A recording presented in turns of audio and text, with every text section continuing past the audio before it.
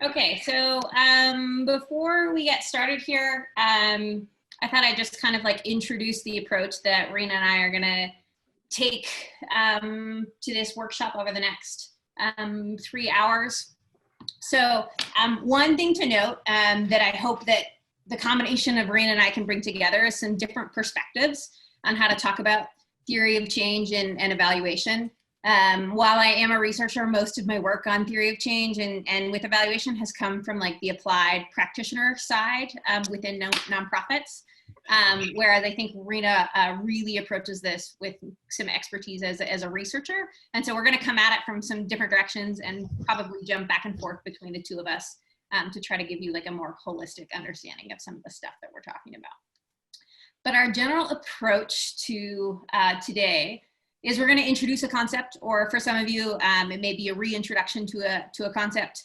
And then I'll show you an example of that concept. And then we're going to practice it as a team. And then I'm going to give you some time to really apply that concept to your own project. Right? So it's kind of those three places. We'll introduce it, we practice as a team, you practice on your own or within your teams.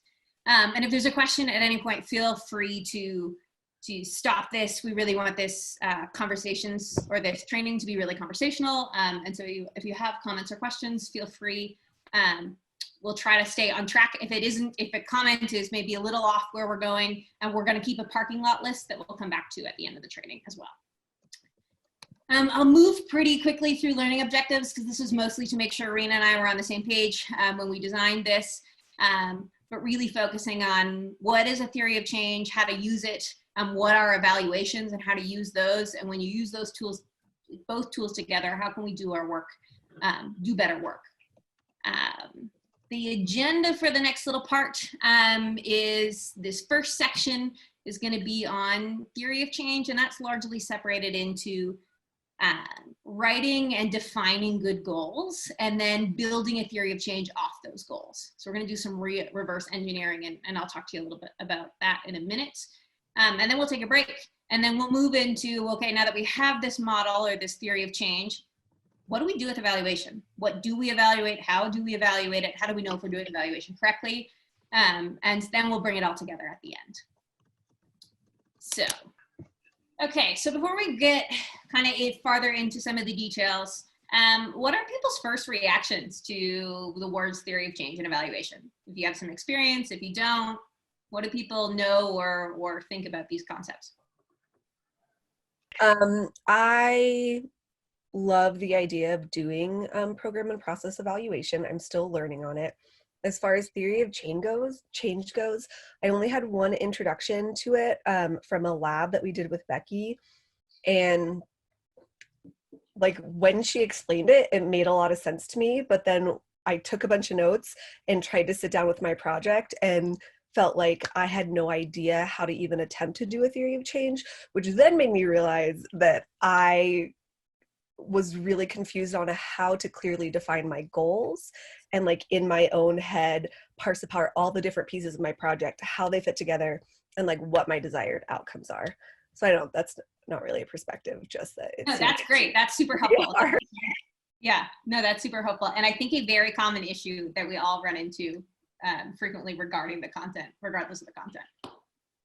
Okay, so one of the things I like to think about in terms of why we care about these two concepts is they really kind of answer these questions of, are we having the impact that we want to have? How can we do our work better? And probably not as important, but incredibly important for research or for practitioners is, how do we show our funders and our stakeholders that our work matters? And so I'm going to show you a diagram that Rena and I created. And there's a caveat here that the language and the discourse around theory of change and evaluation is broad and varies by discipline and by people that are doing it. So what we're showing you is our understanding of how these two concepts work together. There's going to be many variations on this. But when I think of a theory of change, I really think of a conceptual model that explains a logical chain of result. If we do A leads to B, B leads to C, and it equals an impact that we're seeking, which is D, right? This logical chain. And then we can use that theory of change to inform our evaluation, which is using measurable indicators to prove impact and understand process. And then we can also use that evaluation to modify the theory of change, or to modify ultimately the work that we're doing. So we're going to jump into theory of change first, or this piece first. And to start a theory of change, we always have to reverse engineer. So we're going to start with the impact that we hope to see. And this is all about goals. And I think goal writing is probably the most important thing we do when we create a project, whether it's a research project, whether it's a program for a nonprofit, no matter what it is. And so the way I've been taught to write a really good goal statement is that there are two pieces to your statement, and your goal statement should always be able to be summarized in one sentence. Your goal statement should have an impact piece to it, and it should also have a strategy.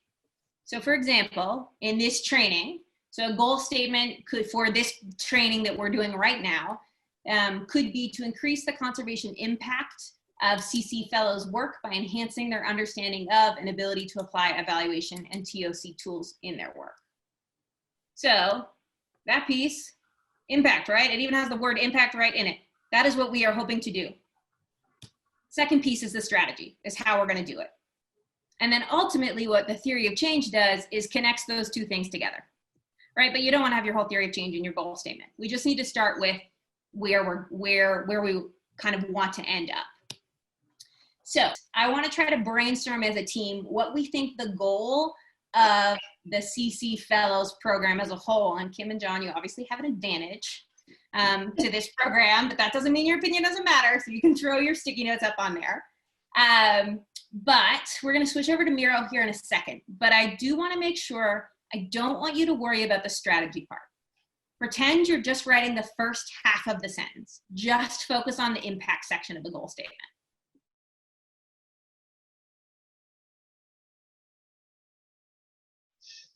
So one thing to think about when you're writing a goal statement, as I'm looking at these, and this is where this can get confusing because I'm going to show you this logic model in a second, where people tend to write goals at different stages, like these really broad long-term impacts versus like very immediate short-term impacts. And at least my recommendations for writing really solid goal statements is be reaching for that kind of long-term, broad, large-scale impact.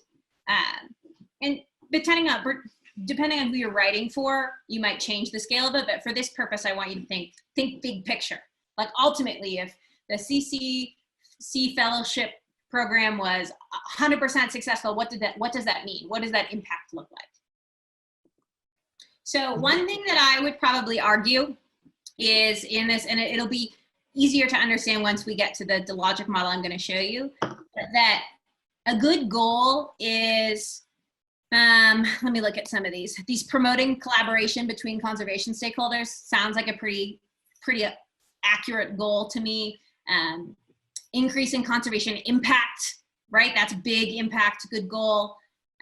This like building skills, I would often put probably farther down the chain, right? Probably in the like, all right, we're doing a strategy to build skills that leads to some kind of conservation related impact. And so we're going to show you a logic model here in a minute where you'll see where maybe that skill building or that building relationships might fall under a little bit more accurately. Sarah, where do you see the conservation impact? I'm not seeing that one. Yeah, that sticky note might not be on there. That's probably what I was thinking the goal. Oh, okay. Because that was a sticky note in my head.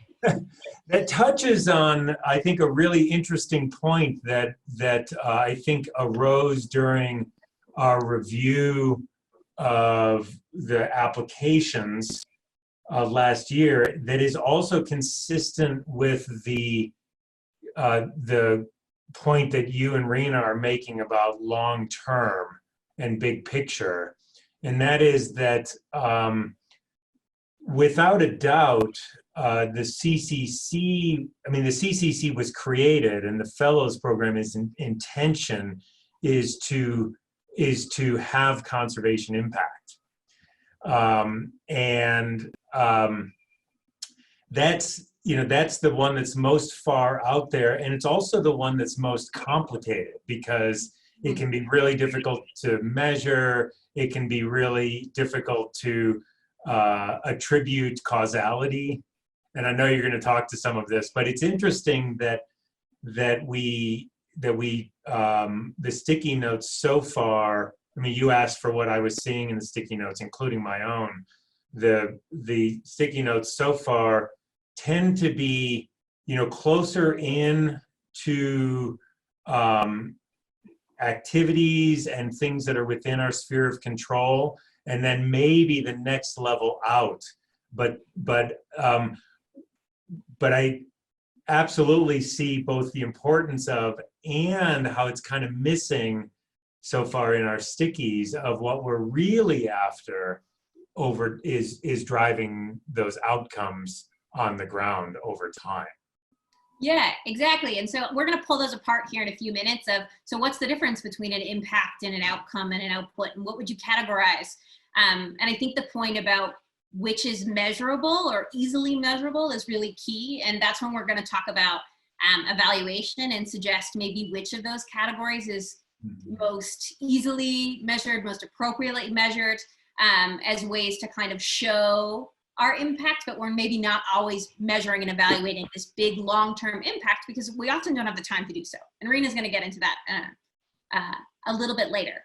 But one of the problems with focusing our goal statements around sort of those intermediaries instead of that long-term impact is sometimes we pick the wrong intermediaries.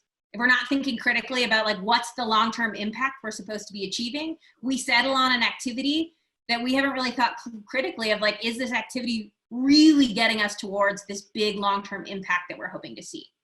And so one of the things I think about when I'm writing a goal statement is if the work that I'm doing was 100% successful and there was no longer a need for this work to happen anymore, what would that look like?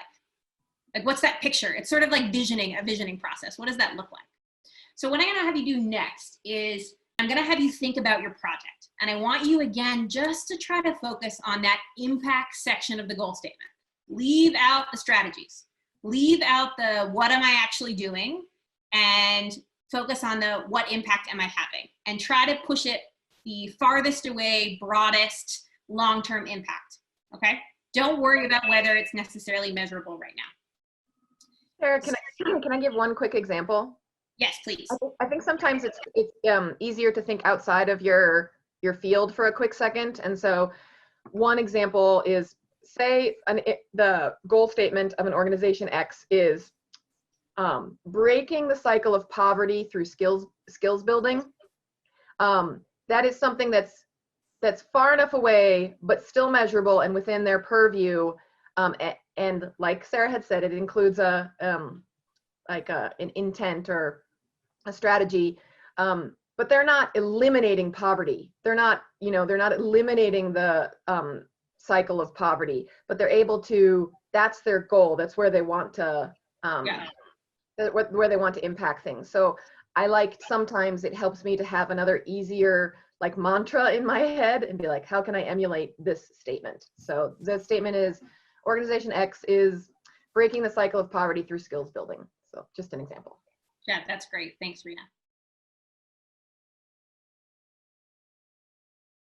Stuart, Matt, how'd that go? Well. Good. What'd you come up with? Our goal statement is thriving rural livelihoods and stable carnivore populations with minimal conflict. All right, we got impact there. Ray, how did that go for you? Good. We, Brielle and I feel like deliberated a lot and walked away with a lot of questions, but not. Oh, good. That's what we did in the main session as well.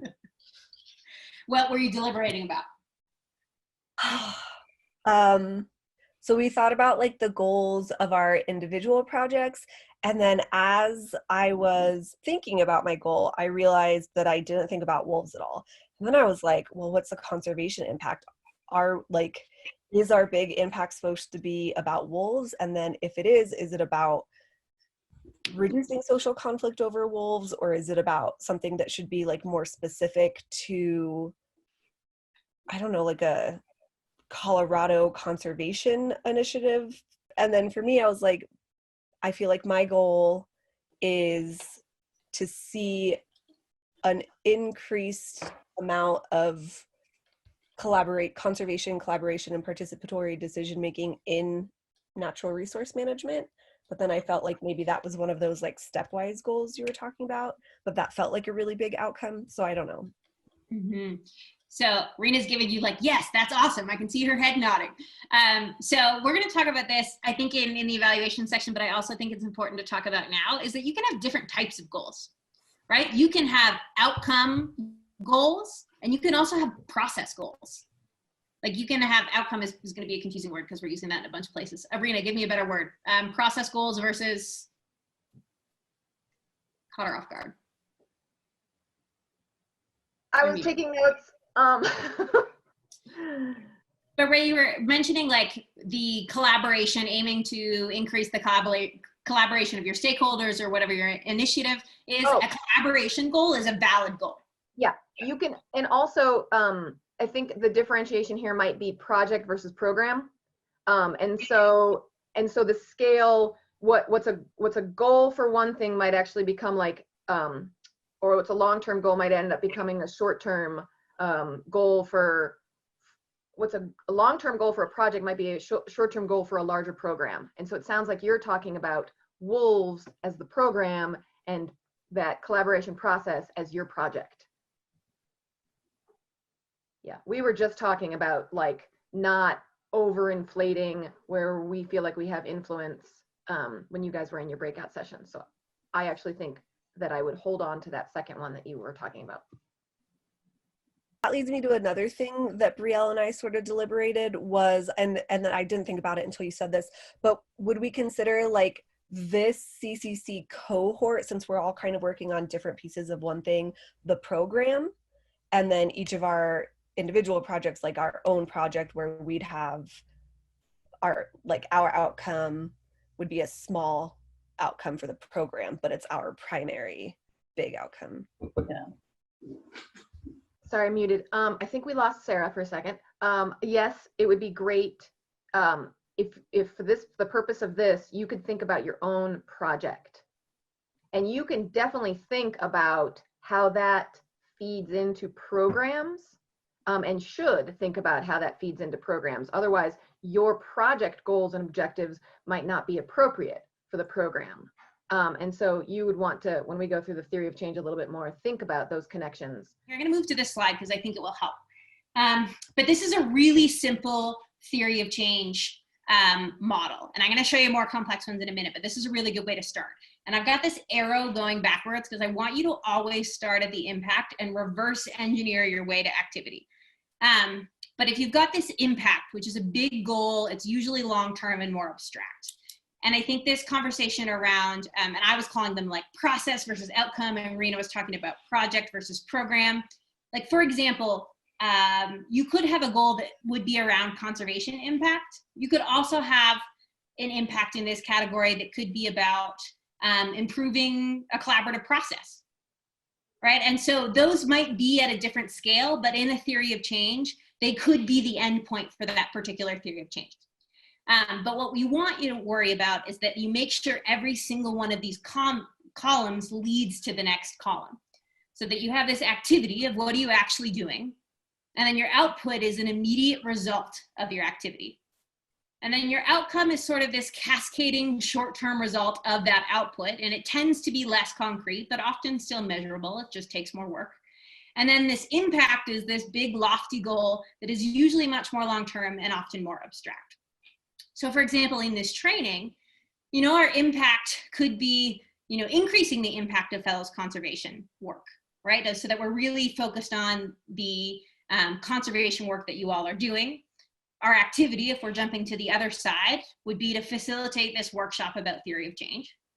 Our output might be that you are all trained in how to use logic models or in evaluations and theory of changes. Our short-term outcome might be that you use it in your future conservation work. In your next project, you can report back and say, yeah, I used my TOC or I used the TOC training that we had. But this long-term impact is that maybe your work is better because this theory of change has led to a better understanding of how to do these projects. And so you could use this at you could use it at a really micro scale and say, well, actually there's like 15 steps in that column, in between those 4 columns. Or you could pull back and say, no, we're just going to use these 4 columns. So I just want to take a minute and see if, as a team, we can try to come up with what you think the activity, output, outcome, and impact might be of the Fellows program you're currently in. And then I'm going to show you some more complex models. So if we assume that, let's just use that same impact for the CCC Fellows program, and assume that the impacts that we're hoping to see from the program is that the impact of your conservation work is increased. Let's see if we can work backwards, and I'm going to move us back to Miro for a second. We need to fill in what are the activities, what's the output, and what's the outcome for this program. What might be a short-term result when you finish this program? What do you think the CCC is hoping? That fellows are better skilled in the methods of collaborative conservation. Great, that's a good one. Cool. Fellows engage more effectively in collaborative processes. Yeah, and you'll see as she's moving backwards that you might actually sort of spread out, because you might have 2 outcomes that have 2 or 3 or 5 outputs that lead to them. So you're sort of you have a lot of things that are sort of narrowing down. Yeah, we could end up with like, oh, well, the CCC is doing 15 activities in this program that lead, and we have to all of a sudden start making more rows. Okay, so if we're aiming for these, better skilled in collaboration or engage more productively in collaborative processes, what are the immediate results? You're participating in this project right away. What are the immediate results? Would the results be like our deliverables? Well, Or I'm sorry, the outputs. another way to put it in the outputs is that these are the immediate results of the activities, but they are the things necessary for achieving the outcomes. Mm-hmm. So what is necessary for achieving the outcomes? Fellows understand the material. Yep. What else? Yes, fellows fully engage in collaborative processes. What do you mean by that? Like, you can't become more productive if you don't engage with it in the first place. Like, you have, I guess, yeah, you facilitate a collaborative process. What about like Fellows practice collaborative projects? Yeah. I was gonna say what I took from what Matt said was that they use the. Yeah, it's like an application of what we are learning. Like, we use the collaborative tools. In this particular, in the Fellows program, what activities are occurring and happening in order to make sure that you understand the material or that you're practicing collaborative processes? What's happening? There could be multiple answers here. Would this be something like taking this training, like being here today and taking a training? Exactly. So from our end, it would be like facilitating trainings in collaborative processes, right?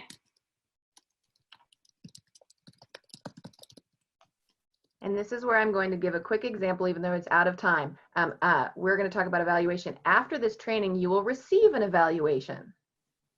And that evaluation is in order for us to analyze this connection in the theory of change. Does the training lead to whatever output we were looking at there? So it's just like an evaluation of one link in this theory. So do you guys see the difference between there's an activity here, then there's an immediate result, and then maybe a more like short-term kind of result of that immediate piece, and then there's this big goal impact, right? And they're happening sort of at, a good thing to think about is the difference in time when these things are happening. They don't always happen immediately. Sarah, can I make an observation maybe that, Absolutely. I don't know, it makes me question this model a little bit, but I can see the clear link between, I can't read it because there's a bar in front of it, but activity and output. But then it seems like output to outcome and then outcome to the other category, impact, those two steps are, they're kind of more theoretical, or they're more hopeful, Yes. if you will. Yeah, And that's key. so how do you, and maybe this is getting to the evaluation, but like those, I could see those two like never coming to fruition. Yes. Yeah. Okay, good. So we are going to talk about that a bit more in evaluation, but this was something that John, Kim and I and Rena were chatting about while you were in a breakout group. John called it kind of like sphere of control. I was comparing it to the farther you move in this chain. So moving from activities to output to outcome to impact, the more variables there are that could influence the relationship between these columns. And so activities are really easy. This is why reporting, like the difference in meaningful reporting. People can say like, yeah, well, we facilitated X number of workshops. That's really easy to say. And it's not easy, but it's easier than measuring your impact to say, yeah, we gave a post-evaluation series or survey after our workshop that showed that the fellows actually understood the material, right? That's a little bit harder, but it's still not too difficult. And the farther you get away, the harder it gets, and the more variables there are that could kind of present barriers to this relationship. And that's a really kind of important observation, and a reality, honestly, that we sort of just have to live with and try to take those things into account. But we're going to talk about where in this chain is easiest to evaluate and why here in a second. Okay, so we worked through this kind of example, and then we talked about the Fellows program. But I think what a lot of you are getting at is like, wait, there's a whole bunch of other stuff that doesn't fit in any of these columns, right? And so what we're trying to recognize here is there is a ton of other stuff that can fit into these columns, but thinking about these 4 columns helps us as a basis or a foundation of how to think about theory of change. Because the more advanced your theory of changes get, the more kind of categories and information you consider. So this is an example that Rena pulled from the Kohlberg Center for Evidence and Implementation. You can see they're throwing a whole bunch of more columns in there.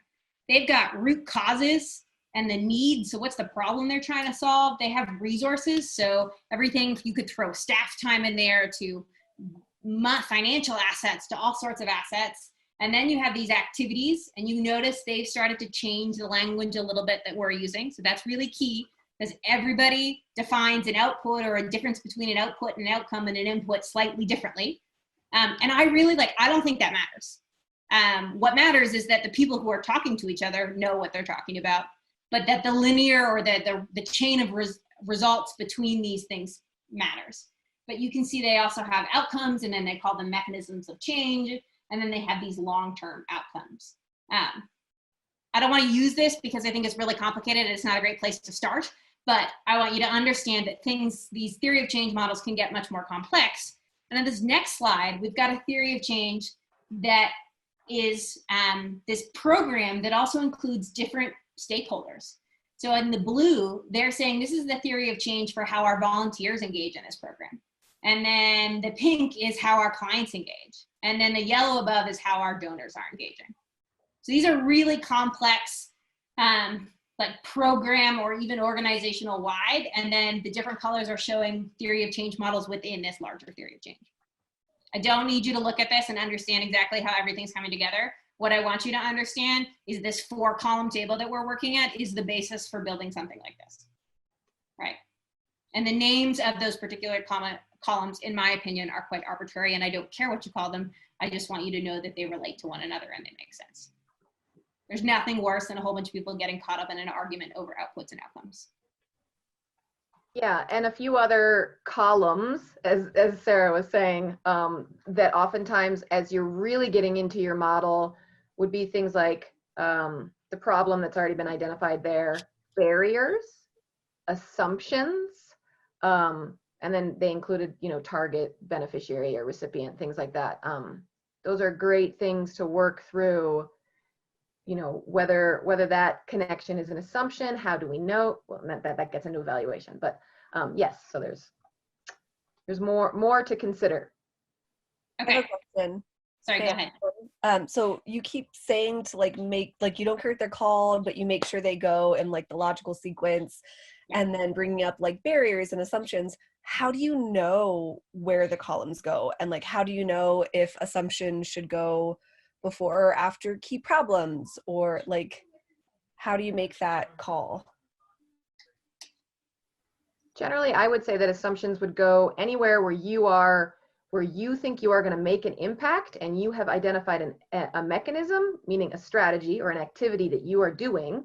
Then you would try to investigate your assumptions regarding that activity. So for instance, if we go back to that poverty example, it was like, you're going to work with a certain community. So it's going to be like just after high school, unemployed people. And you're making a lot of assumptions. One, that unemployment is a high priority in the community. Is it? Two, that the skills that you are actually providing are in high demand. Are they? That once that people get trained in those skills, that they will have jobs. Will they? Like, are people willing to hire these folks from this community who've undergone a certain amount of training? And so I would say focus on your area where you think you're making an impact, and that's why you're connecting from activity to output to outcome. Yeah, I think in this particular slide, the way I think of an assumption or a barrier would be something that would prevent a breakdown in these errors or arrows connecting this column to this column.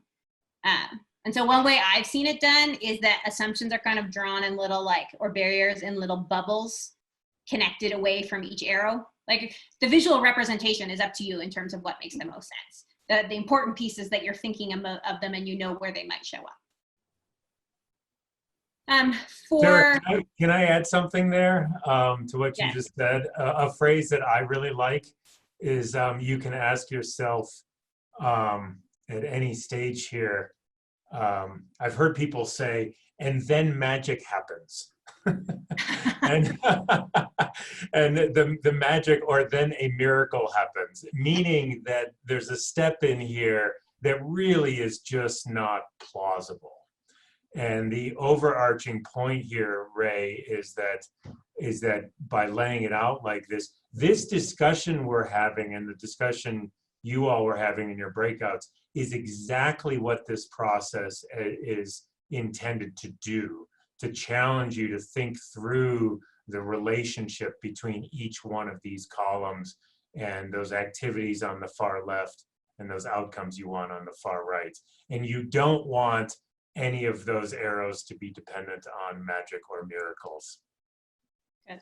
Yeah, that's a really good point, that there's no correct final answer here. The idea isn't to get to something. The idea is to work through and really flesh out all those connections and ask yourself, like, why are we doing this activity? Because in a couple of different NGOs that I've worked for where we had to do these were really important in grant writing. So they always wanted to so they're like writing grants and they're always producing the same grant. And so we went back and we tried to do a theory of change, like which activities do you actually think are going to get there? So you can clearly describe this to the grantor,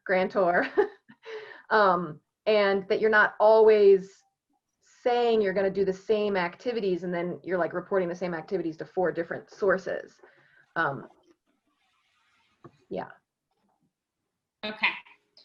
So what I want you to try to do next, and for the sake of time, instead of sharing back to the group, I think what we can do is have Kim, Rena, John, and I actually come into your breakout groups and listen to the conversation and provide input where we can. But I want you to go back to that 4-column model and try to see if you can come up with the impact, outcome, output, and activity of your projects. Note that there could be many multiple theory of changes for your project, but just kind of focus on one impact and work backwards.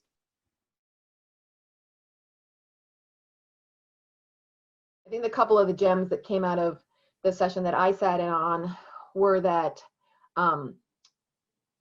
that the two people in the project together realized that they were actually discussing at different scales because one works in that field, that's Alex, works in that field. And so she had sort of a different scale and scope of where she wanted to put things in the impact or the mission. She actually had sort of a mission and vision. And so we worked through, and then we sort of got to the place where we thought, I think a reasonable sort of guideline is to say that your short-term impacts are the things that you want to be held accountable for by the end of your project, by the end of your project cycle.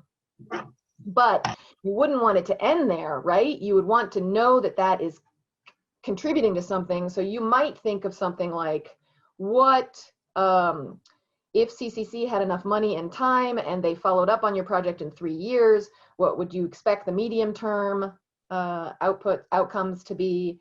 And then if CCC was able to follow up in 20 years and had infinite resources, financial and human resources, what would you want your impact to be? And they were both able to use that as well, because one of them is doing their dissertation on this project. So at the end of the project, they will continue, and the other works in the field. So for them, it was a good way to conceptualize sort of what goes where. And again, we talked about the fact that, like, if you were doing a $20 million project for an NGO, you know, the columns might be quite different.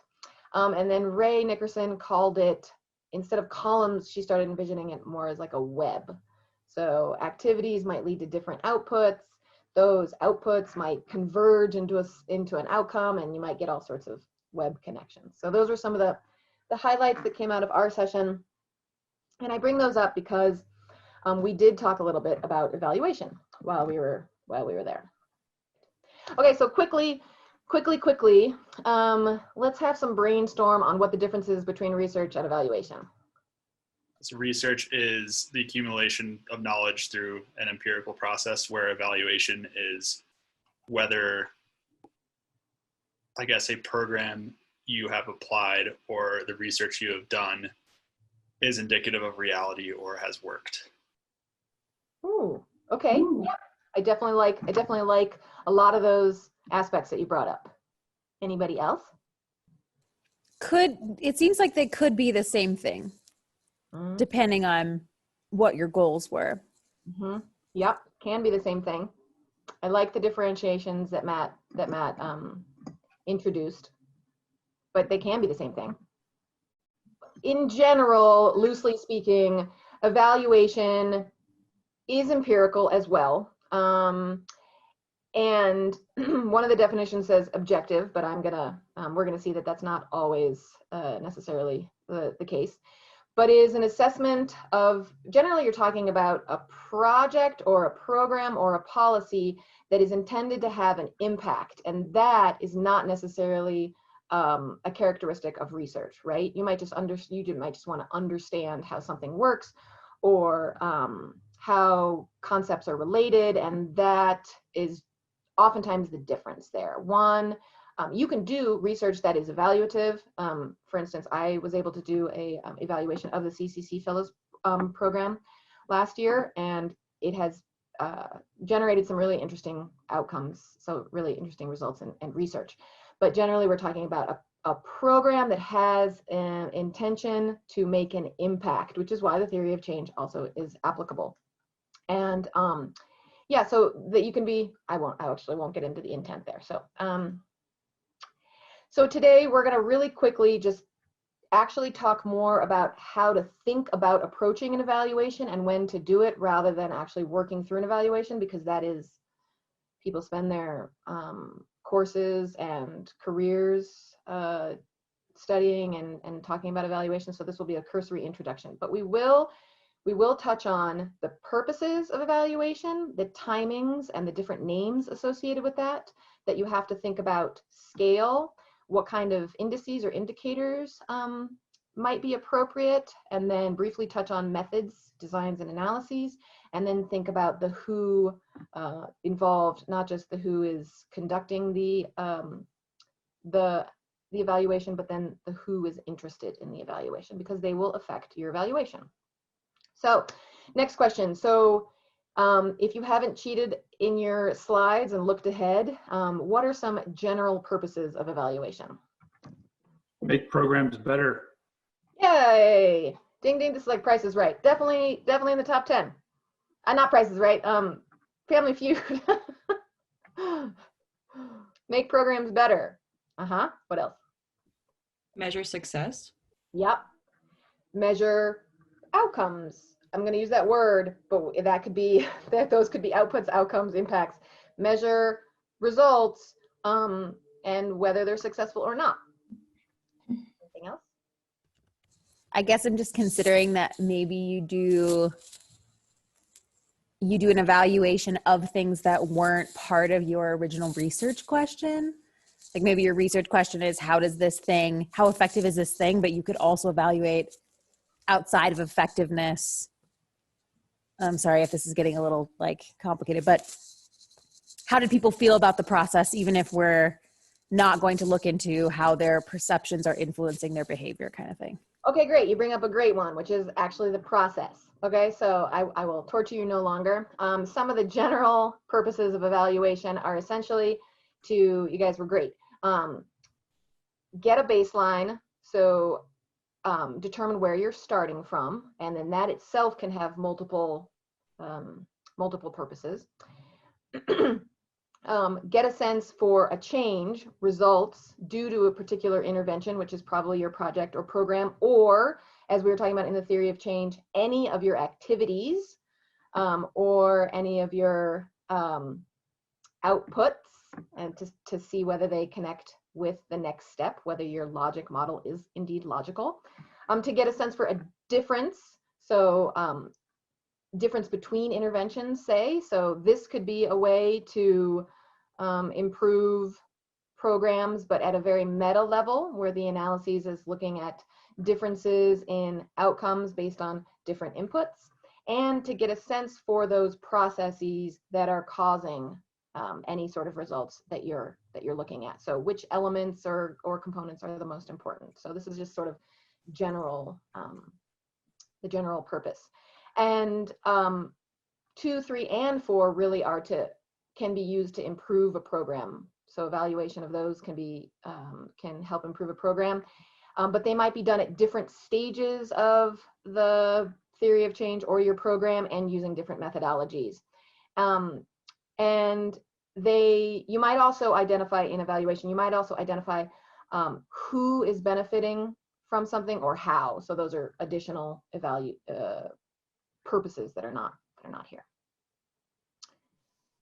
Okay, so again, I want to point out that depending on the purpose of your evaluation, you aren't always evaluating against a terminal goal. So even though we had you start at a goal, you will be evaluating something within your TOC.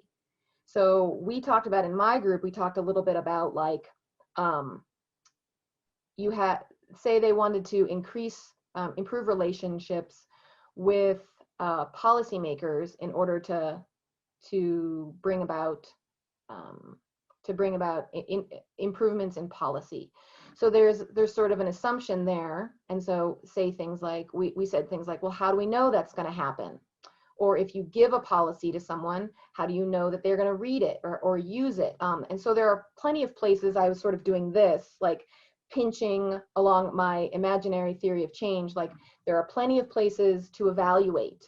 You can evaluate whether those steps have happened. We also discussed really quickly when we started about the fact that in our CCC Fellows program theory of change, we've said that skills building will lead eventually to improved conservation practitioners.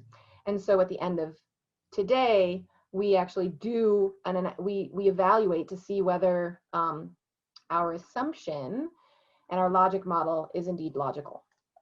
So again, you won't necessarily be evaluating against your goals that you have established. So in addition to those sort of 4 general purposes of evaluation, this is just an idea. I don't call it qualitative or quantitative, but essentially, I think Matt, maybe you brought this up. any of those can be closed or open. So you can be doing an evaluation which is comparing changes to an expected change or goals, or to a theory or an ideal, or you can be tracking any changes. And there are pros and cons to both of them. So I'm calling those open and closed at this point. Rena, another way that might, for some researchers, inductive versus deductive sort of parallels to those two comparisons. Absolutely, yeah. What I was hoping that everyone would do right now is come up with an evaluation purpose for your project, and we will take 5 minutes rather than 10 minutes. So thinking back really quickly at this slide, what are you, when you think about your theory of change and you think about probably from your activities to your outputs to your short-term outcomes in there, and that's why Sarah had that slide that says usually the evaluation happens within this box. Think about one purpose or multiple purposes within 5 minutes of what you would want to evaluate, how you are going to show that your logic is in fact logical, and that you are starting to give evidence that what you want to be held accountable for is indeed progressing the way you want it to happen.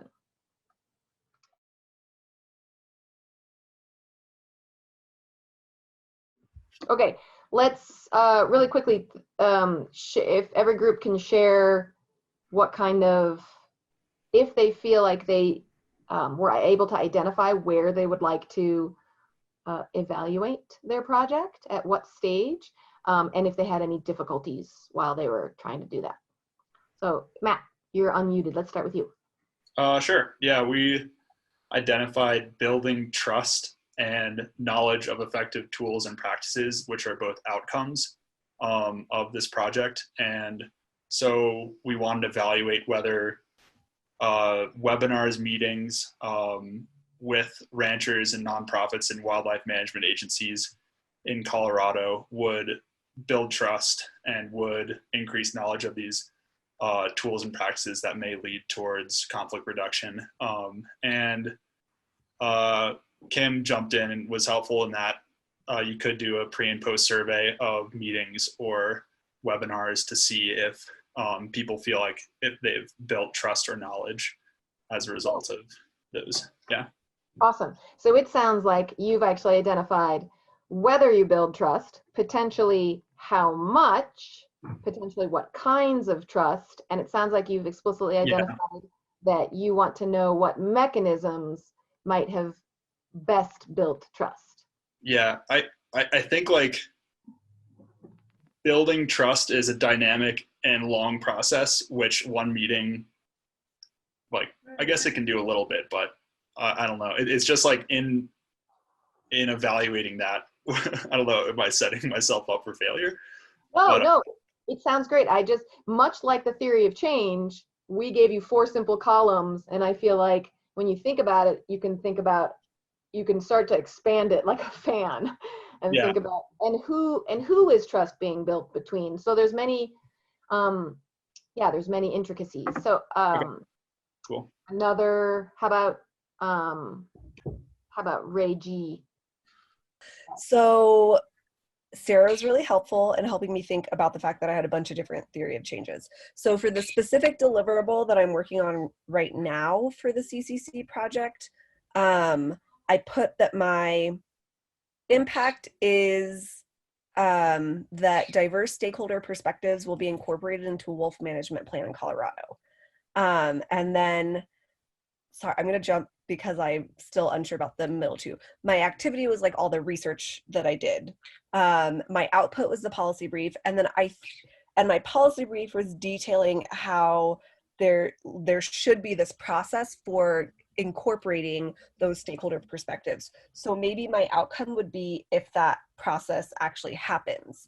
And then my evaluation would be like, okay, my output was the policy brief saying this. How many people actually engage with the policy brief? And then was my recommendation in the policy brief instituted?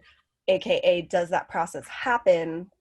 And then if and when the process happens, then I could evaluate both the process and then the Wolf management plan. I would be like, okay, everybody who was, all the stakeholders in this process, yes or no, was your perspectives included? Like, to what degree did you feel heard? Blah, blah, blah, blah, blah. Great. So it sounds like you have potentially cyclical evaluations. It sounds like you're going to start a little bit further towards the end, towards your goal, and then assess whether there's any breakdown that happens before that. That's a little bit what I heard. And if that's wrong, I'm sorry. I think it's just the order in which I said it was confusing. But I mean, also, yes. So like I feel like it would all, the later evaluation would be dependent on if like the process is implemented.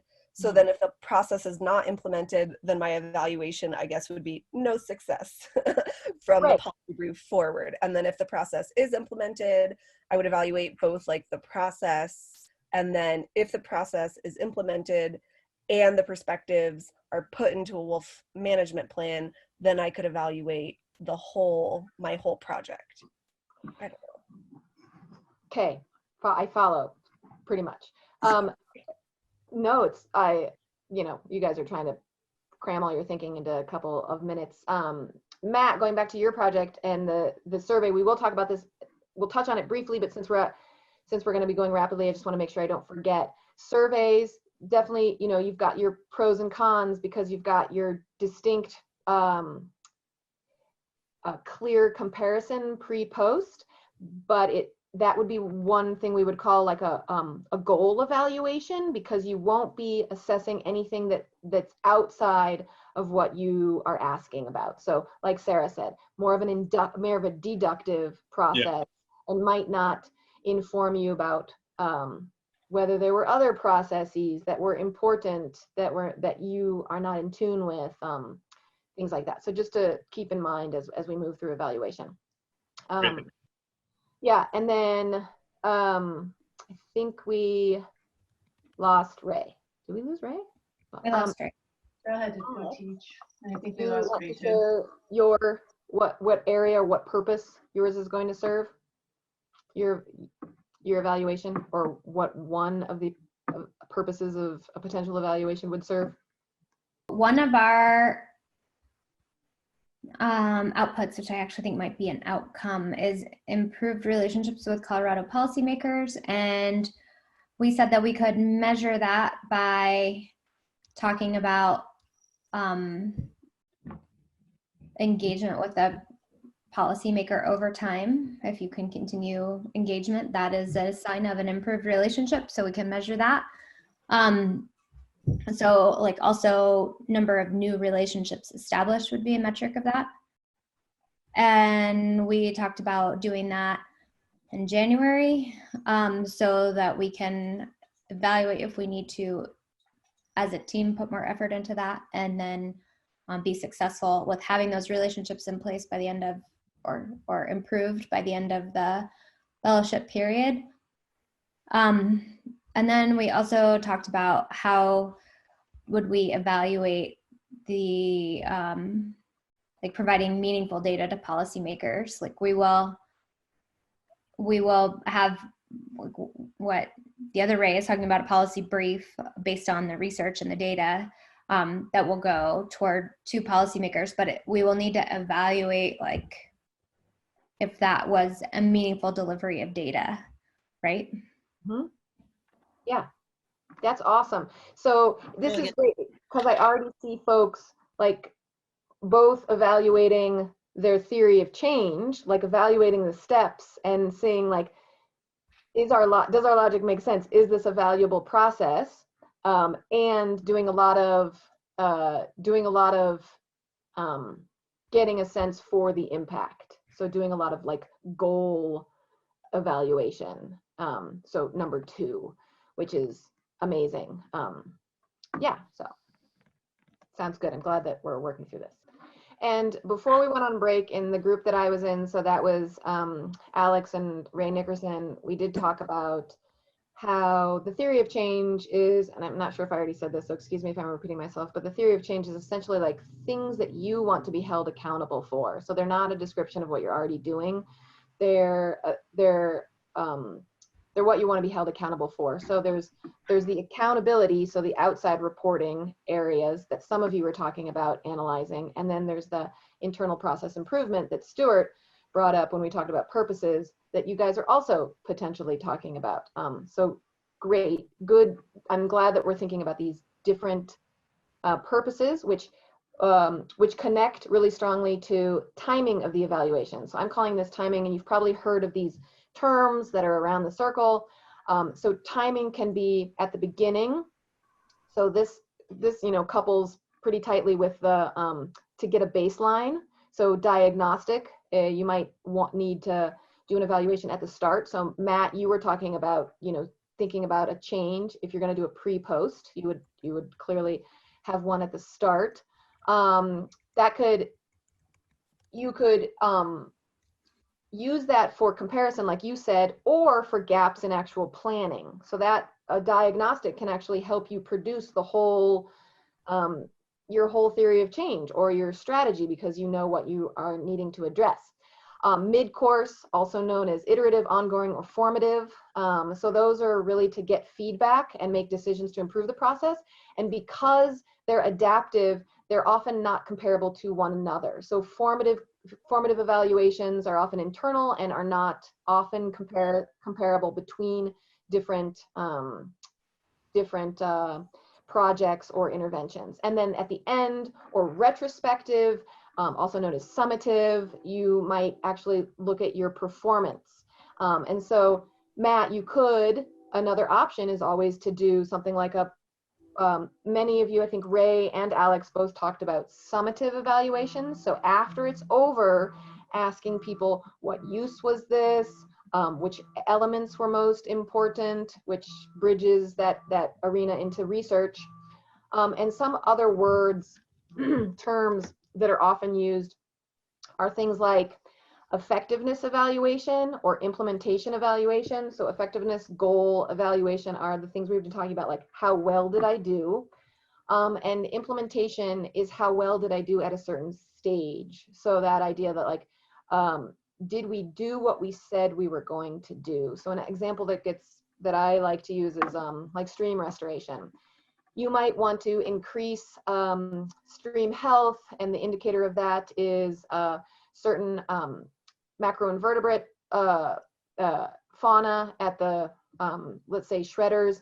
And but to get there, you put in a bunch of rocks in the stream. So you want to know whether you implemented the way you wanted to implement, rather than just did we get the outcome that we wanted.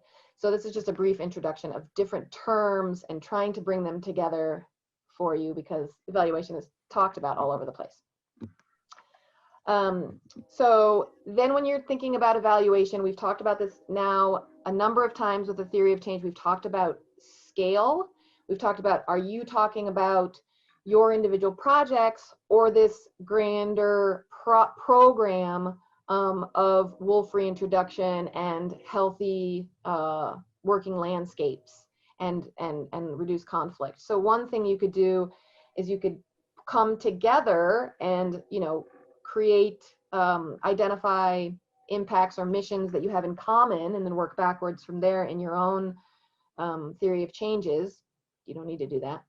But this slide is to think about whether you are going to do the evaluation at the individual scale, whether you're looking at organizational change, whether you're looking at community impacts or system impacts, and those are roughly analogous to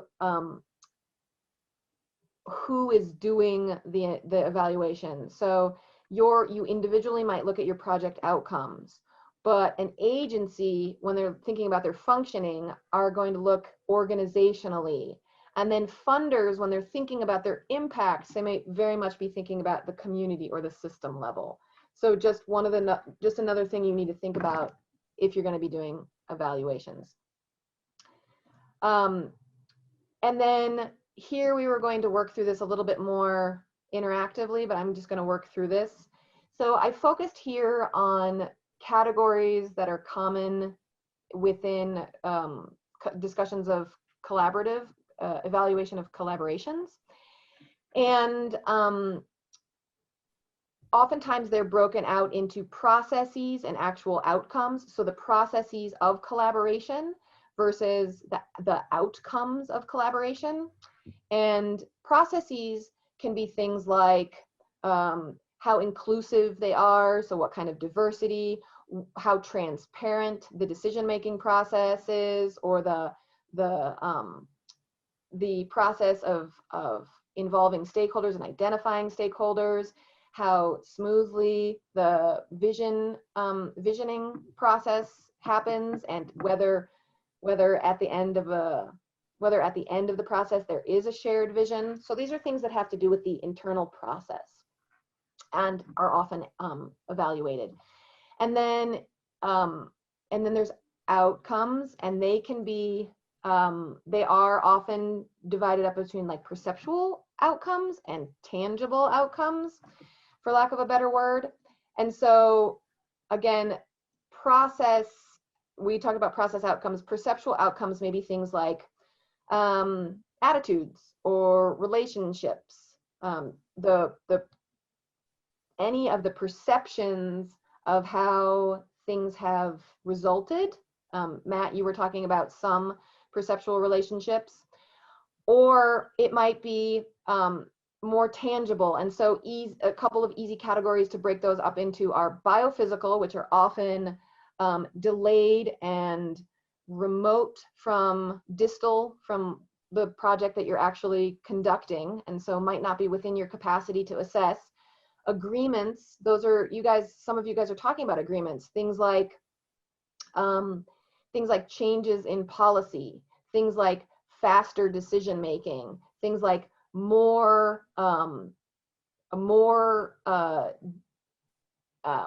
say for instance, you have more HOAs that have regulations for fire resistant roofs, things like that. So those would be agreements, and they're often used as proxies for biophysical changes. And then of course there's a giant slew of indicators that are socio-cultural and economic.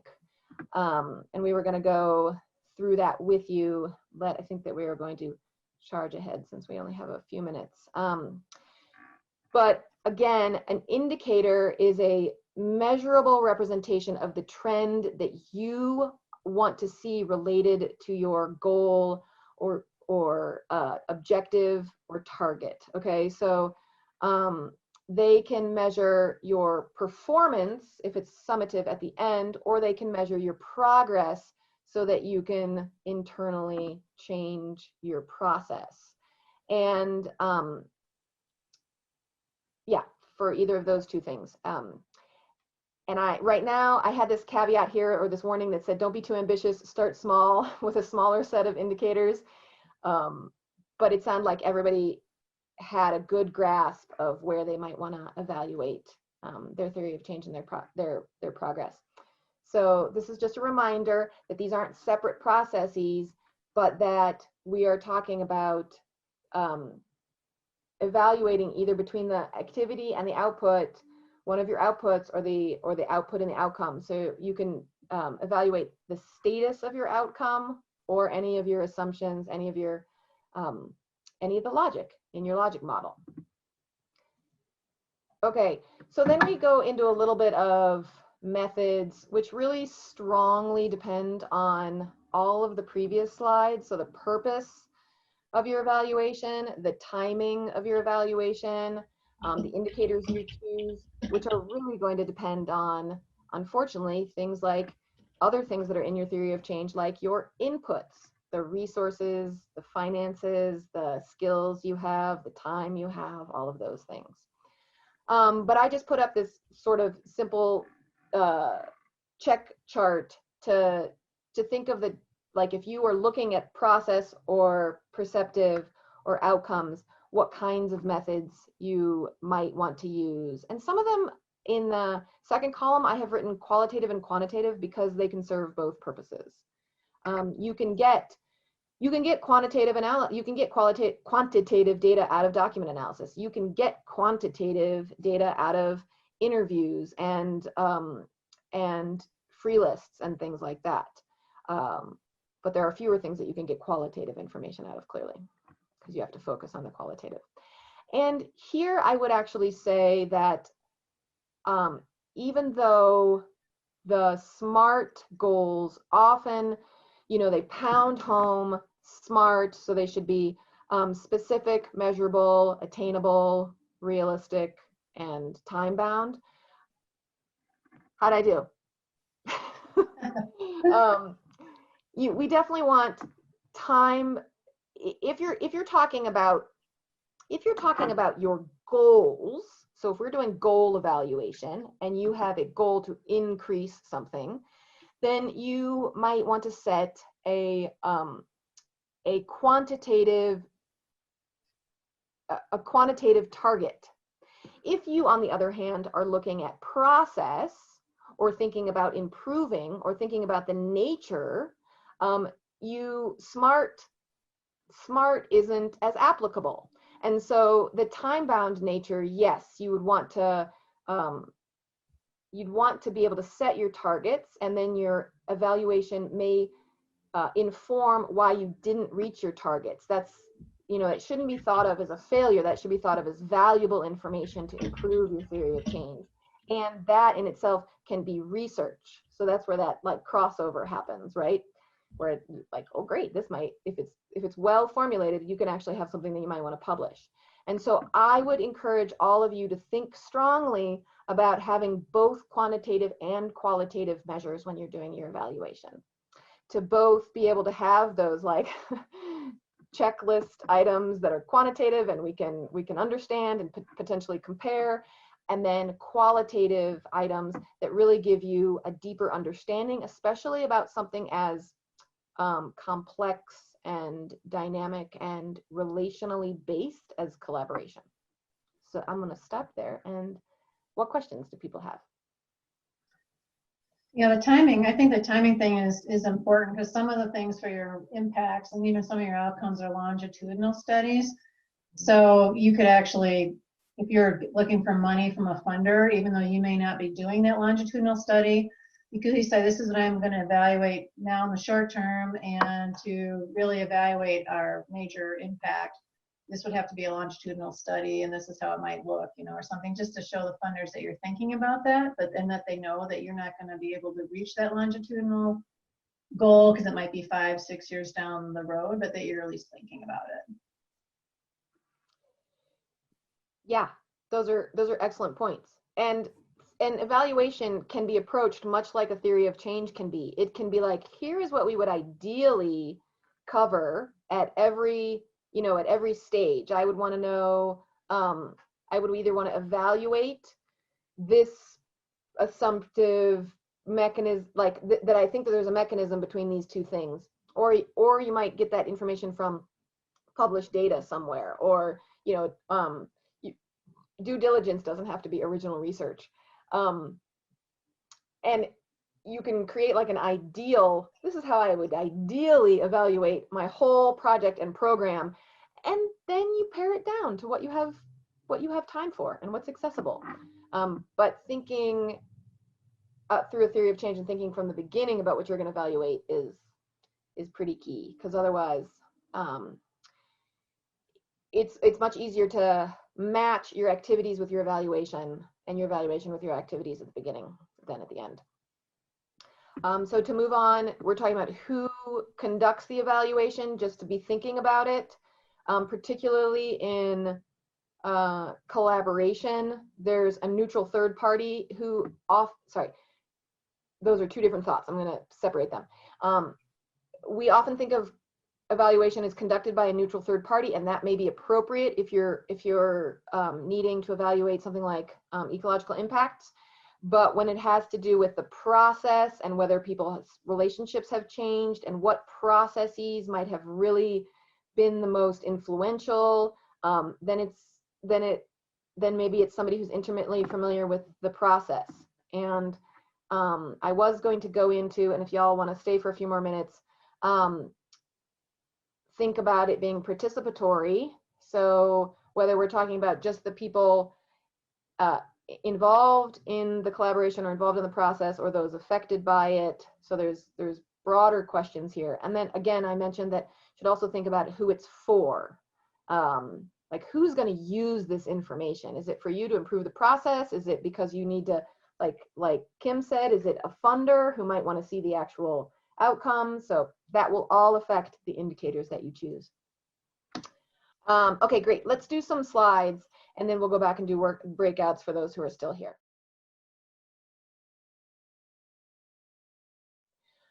So I just wanted to touch on, since this is the CCC, it's the Center for Collaborative Conservation, so collaboration is a big theme. I did want to talk and touch on participatory monitoring principles. So these are the principles of participatory monitoring and evaluation, not to be confused with what's often like a realm of citizen science, which is called participatory monitoring or community-based monitoring. So this is really a more global monitoring, not environmental monitoring. It's monitoring of your program, your project, your goals. So the principles here are participation. So essentially the same principles that you've been learning about in collaboration. So the balance of power, co-control of decision-making and the development of initiatives, negotiation. So that's throughout the whole process. So a commitment to working through different views, and flexibility. So that means a commitment to modifying your activities. So now we had you guys work through your theory of change. And what I'm actually saying is that if you're going to engage in a truly participatory monitoring evaluation, you might do that process again in a more collaborative way and think about modifying your activities and strategies to suit your collaborators and your goal. And then shared learning, of course. So, and that is, the learning isn't the ultimate goal. It is to create conducive conditions so that you can foster change, action, and change. And so, yeah, so this is, yeah, please. Rena, sorry, are these principles, are you still saying these are like principles for evaluating these things, or did we move on from evaluation? Yeah, so now we've narrowed down from evaluation to a specific type of evaluation, participatory evaluation. Yeah. So this approach called participatory monitoring and evaluation has these principles, and they focus on participation because it's called participating. Yeah, so the idea here is to honor stakeholder perspectives and voices and their preferences and decisions. And that means this becomes the difficult part, because as academics, we are trained to do everything on our own, and we are told that we have to have all the right answers, and then we're asked to back up and really foster participation, which opens up space to design the whole, in your collaboration, you might be designing the whole theory of change, and in the evaluation, you might be opening up that to their voices, to hear what people want to get out of it. And another component, which is a side component, is this idea that, let me see if it's on the next slide. Yeah, shared learning, capacity building. So these are the same principles. So if you're thinking about participation, you would want to think about, again, who participates, like whose voices are emphasized, and what roles do people or groups, what roles can and should they play? So it's not just like bringing everybody in. You have to identify, which I'm sure you guys have done to some extent. But if you're thinking about what are our goals, that might be something that you want to co-create. And different groups might have different goals, and different groups might want to, evaluate using different indicators and different goals. Different groups might have different approaches. So the first few slides walked you through the sort of 6 components within an evaluation, and then these are an overlay to say, like, if you're going to do this participatorily, you would think of these things and then go back and do those other things with the group. So we've sort of given you the steps, and then it's like, okay, now you would think more participatorily and then go back and do those steps with a group. So can I jump in here for a second? So if you're thinking like with the wolf stuff in here, so if you're going to go and you're going to monitor how, say, the wolf reintroduction process goes, rather than just have the wolf biologists do it, with participatory monitoring, you want to make sure that a lot of the other stakeholders are involved, whether it's ranchers or community members, whoever, and say, okay, this is what we think we're going to monitor to determine if this is working or not. What do you want to see us monitor or evaluate that would answer some of your questions on whether this whole wolf reintroduction thing worked or not? So you're bringing in, as you mentioned, you're bringing in your stakeholders, you're getting their ideas. So you're not the only one setting up this whole, what am I going to evaluate? You're going to evaluate things that also answer the questions of your stakeholders. Exactly. Great. And you might have dual evaluations. So you might have terminal evaluations. So it's like summative evaluations about your goals, which might be very biophysical, and you have the biologists and you have the stakeholders. And then you might have what Matt was doing, where he was talking about more like the relationships. So you might have your own questions about relationships, and then you might ask your stakeholders, like, what would you want to know about this process? And they might be like, relationship, I want to know. And so you can do that at the same time, so you can address more interests. Sarah, you were going to say something.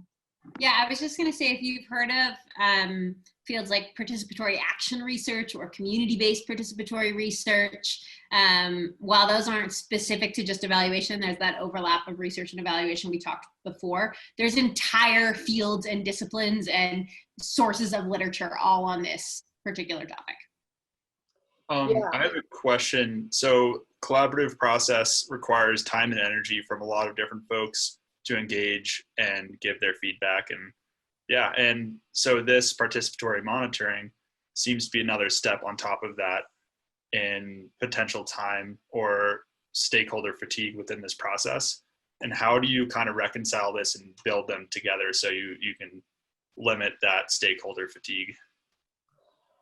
That's a really great question, and Kim might have better insight. I don't think that there's any magic answer to that. I do think that the one thing that hopefully this alleviates is if you are genuinely asking your stakeholders, like, what do you want to know? Like, here, you might even help them along, because sometimes people are like, I don't know, that's too big of a question. But the idea is that they're actually benefiting from, they want to know something. And so they're actually benefiting from their input, which I need to clarify, and I was going to clarify in future slides, that there are a lot of tools out there that are called participatory that are, I would define more as like hands-on. And so it actually focuses on the data collection, and the participants are like in there with you. They're like doing stuff, but they're not necessarily designing the questions. Like, what's the purpose of the evaluation? What do we want to know about? What's the issue that we're talking about? And like, maybe they want to know, this process isn't really working. You know, maybe their concerns aren't number of wolves or whether my grass is greener or any of those biophysical things. It doesn't mean that they have to do the data collection. They get to, you guys get to decide as a group who does what. And that's the whole idea, this roles that everybody plays. And ideally, you would put, when you're doing your whole project and you're talking with your stakeholders before, because with collaboration, we want to do from the bottom up. Ideally, you want to form your project and your research questions from your community or from your stakeholders ahead of time. And so part of the process, when you're forming your research questions or the project that you want to know about, while you're talking to your stakeholders about that, you want to find out what it is that they want to know, because you're kind of trying to answer some questions, and you're going to go back and you're going to give them a paper, you're going to go back and give them results and tell them this is what we learned based on what we thought you might want to know. Well, going through this evaluation part is part of that same step at the beginning, so that you have, okay, here's what we're going to do. Here's the outputs. This is how we're going to communicate with you, and this is what we're going to monitor and how we're going to monitor it. So you're just kind of getting the stakeholders involved at the very beginning of your project. So not only your outputs and your outcomes, but you need to ask them, what is it that you want to know? What is it that we should be monitoring or evaluating? So the true participatory monitoring, evaluation comes while you're planning your project at the beginning. Does that make sense? So you know what you're going to evaluate at the end, because then you can answer what the stakeholders want to know as well as you. Yeah, exactly. And the idea is at any time is better than later. So like, so if it didn't happen at the beginning, it's like at any time is better than later or at no time. Yeah. So, and sometimes people work best with, like, you could say, do you want me to come up with questions? Do you want me to come up with examples? And be iterative, start with something and then say, is this what you were thinking? Because again, the idea is that they would be involved in, it shouldn't really say on the slide here, it says there's negotiation and flexibility on all evaluation steps. That doesn't mean that your stakeholders need to be involved in all steps. It just means that they should be given fair influence over all steps. Yeah, for instance, with Ray G's and her policy, when she was coming up with, or was it Ray G? Yeah, or is it Brielle? Is Brielle doing policy?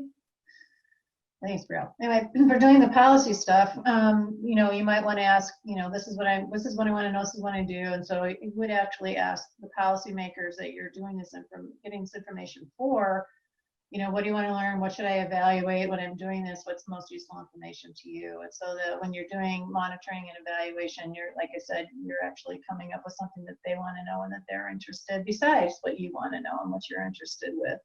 And so it's just more part of actually the stakeholder analysis. Actually, way at the beginning, you can find out what it is they're interested in, what it is they want to know, build that in, and actually do some monitoring that answers their concerns and input.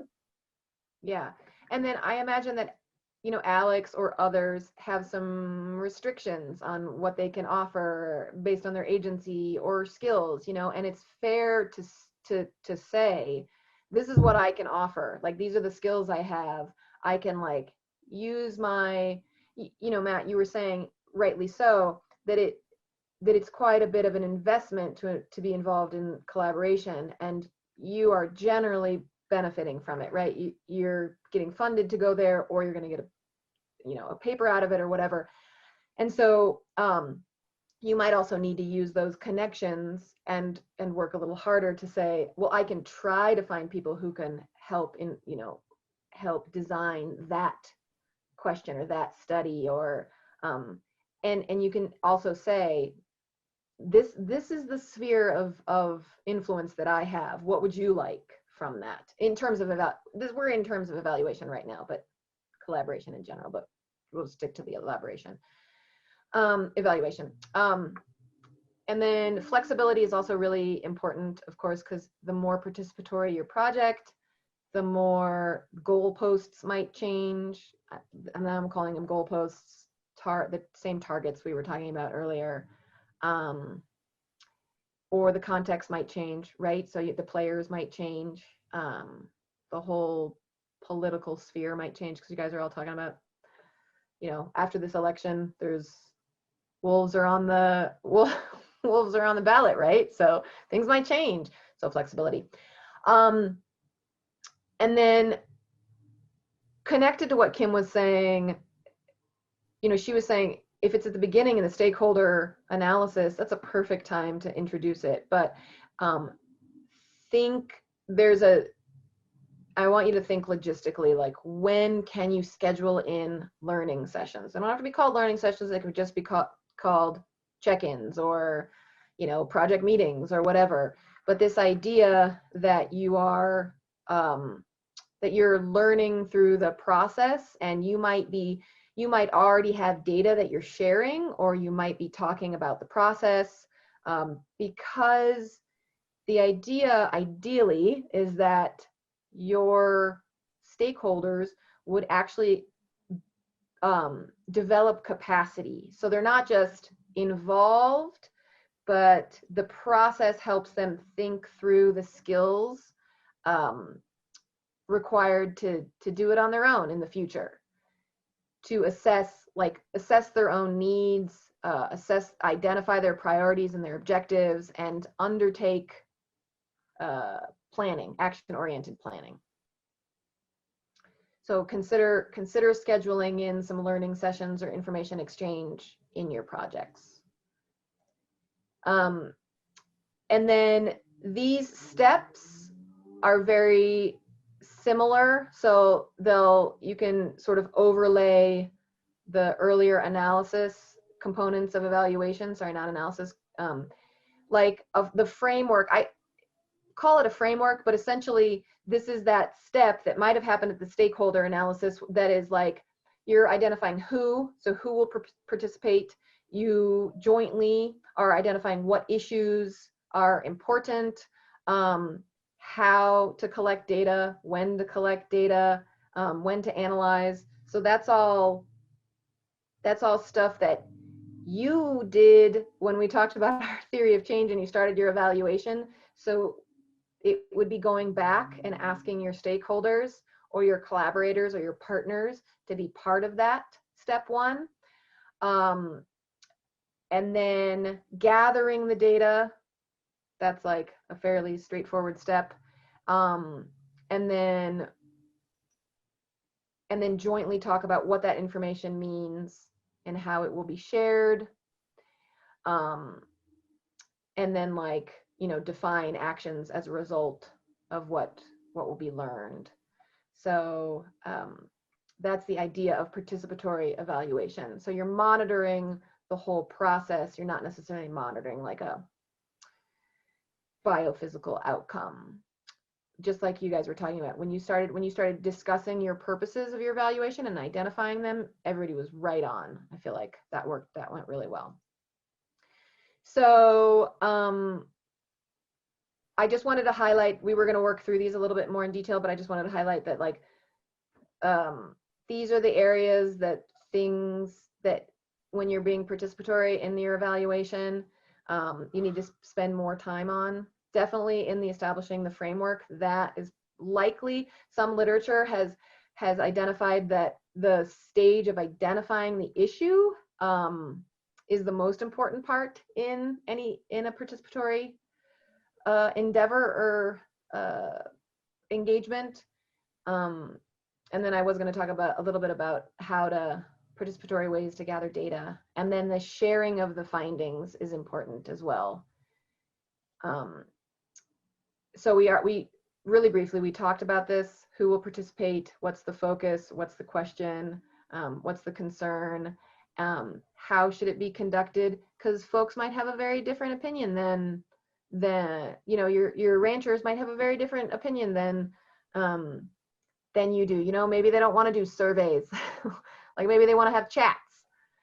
Maybe they want to go around and I don't know, maybe they can go around and take videos of things and talk about their thoughts. Like that would be, you would want to do something that's culturally, even though we're talking about North America and in Colorado and Wyoming, you want to do something that feels appropriate to your stakeholders. And then in the gathering data, like Sarah said, there are many tools out there. Again, I just wanted to point out that having your stakeholders participate in the data collection doesn't mean, just because it's called participatory, doesn't mean that they are involved in determining what's important and what questions they want to get feedback on. So there are things out there that are called like participatory mapping and participatory modeling, which can be participatory, but just like, I wanted to say ojo, like in Spanish, you should say like, watch out, like be aware. So those are some tools that you guys have on your slides. And then I only highlighted this because even if analysis is expert driven and technical and your stakeholders aren't necessarily involved, they should be involved in the discussion of the successes, the constraints, the lessons learned. Again, like think about those aspects. And then of course, defining actions, which might be beyond what you're involved in. And that is it. So the idea here is that in your breakout sessions, you would identify where, so at which steps you could potentially enhance participation in your evaluation, with whom and potentially how. Sometimes you'll find out, you know, a lot of you did a good job about how you're going to share your findings. You put that in your proposals, and when you go back and you share your findings, especially if you do them in person or through meetings or whatever, and not just a paper, you'll get feedback, and they'll tell you, say, that's really cool, I wish you had looked at this, or would have been nice if we had evaluated that, or thanks for this info. So sometimes it just helps you make your future projects better when you get feedback on your dissemination. And you might think that you're disseminating what they wanted to know, and they might say, well, yeah, but if you do it again, we'd like to know this or this or this, which is why it's good to know your stakeholders so well at the beginning with the stakeholder analysis. What is it they really want to know? So it's all a big circle, you know, starts with stakeholder analysis to project development to looking at what you want to research, and then coming back to evaluating. So collaboration has a lot of the stakeholders in it, and participatory monitoring is probably one of the more collaborative of the evaluation techniques, which is why we touched on it here. Yeah, and like Kim said, and if I feel like the thing that's in my head so much is like cyclical. It's just it's like things feed back into each other, and to just touch base over and over again. Is this still how, and it doesn't have to be stiff, you know, is this still what we want to be looking at? Or just to confirm, we're going to be looking at these things, and just to, so as understanding between you improves, and you're speaking the same language, and as understanding of the project and understanding of the opportunities develop, you can continue to develop what it is that you want to be looking at. And yeah. Are there any other questions that you want to discuss or anything before we stop? Something that you're confused I guess about? one thing is more practical. I understand that funders require evaluation in some circumstances, but obviously evaluation takes time and therefore money. And Yes. how are these evaluations funded with your research, or if you're an organization, and like why should they prioritize that? And I think there's some answers weaved in to what you all were talking about, but I just want a little more. Yeah, most, at least in my experience, particularly with funders, most of them at this day and age want you to write it in. And so my experience from the like nonprofit sector is we actually write that in as a budget line in our budget. And so we're saying, we're going to do this project for you.